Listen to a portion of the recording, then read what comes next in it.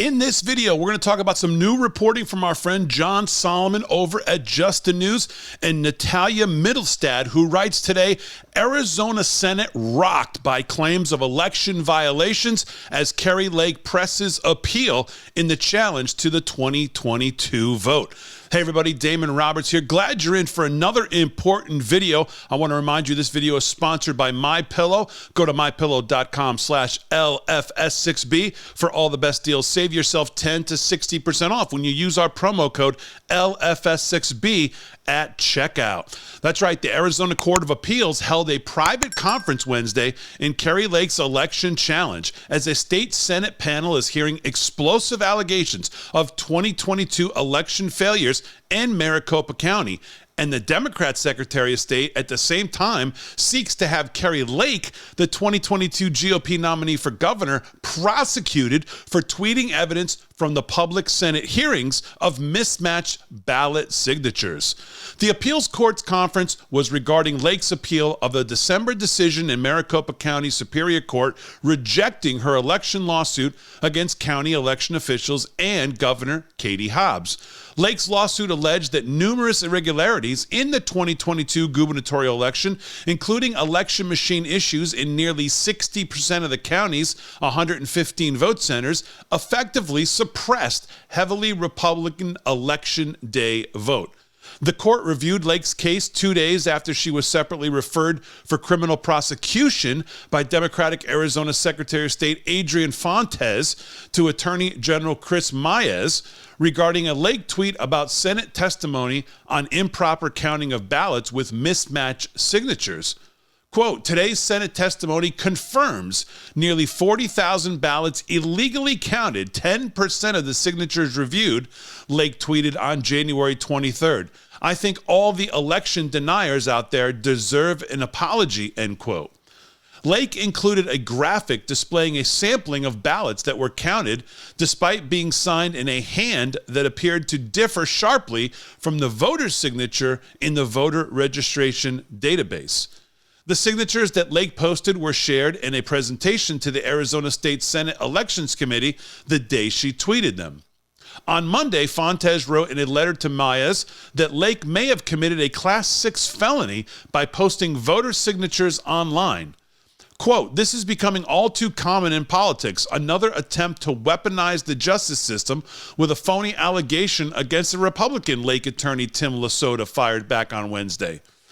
Adrian Fontes selectively quotes the statute in an attempt to distort the law and smear Kari Lake in the process. Chris Maez should immediately say that she will have no part in this shameful, disgusting effort. This information came from the Arizona Senate investigation on acceptance of clearly mismatched signatures on early ballots, and Kari Lake has an absolute right under the First Amendment to republish the information presented to the Senate, end quote. The Arizona State Senate Elections Committee, chaired by Republican State Senator Wendy Rogers, has been hearing testimony since last week from election integrity groups regarding the administration of elections in Maricopa County. During a hearing last week on the 2022 election irregularities, Shelby Bush, the co-founder of We the People Arizona, testified before the committee that 47,366 of verified voter signatures reviewed by her group didn't meet the basic Arizona Secretary of State standards, showing pictures of the signatures in her presentation. Bush's group was commissioned by outgoing State Senate President Karen Fann to submit public records requests to the Maricopa County Elections Department. We the People Arizona investigated both the 2020 and the 2022 elections in the county. Bush also reported that 217,305 ballots of the 464,926 ballots fed into tabulators on Election Day in Maricopa County in 2022 were rejected. On Monday, Bush told the committee that her group found multiple violations of state election law by the county. The alleged infractions included excessive ballot adjudication, the effective disenfranchisement of thousands of voters on Election Day, and around 300,000 ballots that didn't have any chain of custody. And we've talked about chain of custody in every one of these past elections, what a disaster chain of custody is in really all of these states, from the voter rolls right up through Election Day. Chain of custody, we have to find a way to do better on chain of custody because it's a disaster everywhere. Now, Bush found, for example, that the number of ballots referred to a bipartisan board for adjudication due to missing information or an overvote jumped sharply in the last 2 election cycles. While the normal rate of adjudication isn't greater than 4%, the percentage rose to 11.9% in 2020, then 14.36% in 2022. She testified that 64% of the 4,021 people waiting in lines of 85 or more people when the polls closed at 7 p.m. never got to vote. Now, Heather Honey, the founder of election integrity watchdog Verify Vote, testified that there was a lack of chain of custody for around 300,000 early voting ballots dropped off in drop boxes on Election Day. Honey previously gave similar testimony during Lake's election trial in December. Technical problems at vote centers on Election Day are a central focus of Kari Lake's lawsuit. At her rally in Scottsdale, Arizona on Sunday, she revealed more of what her team has found.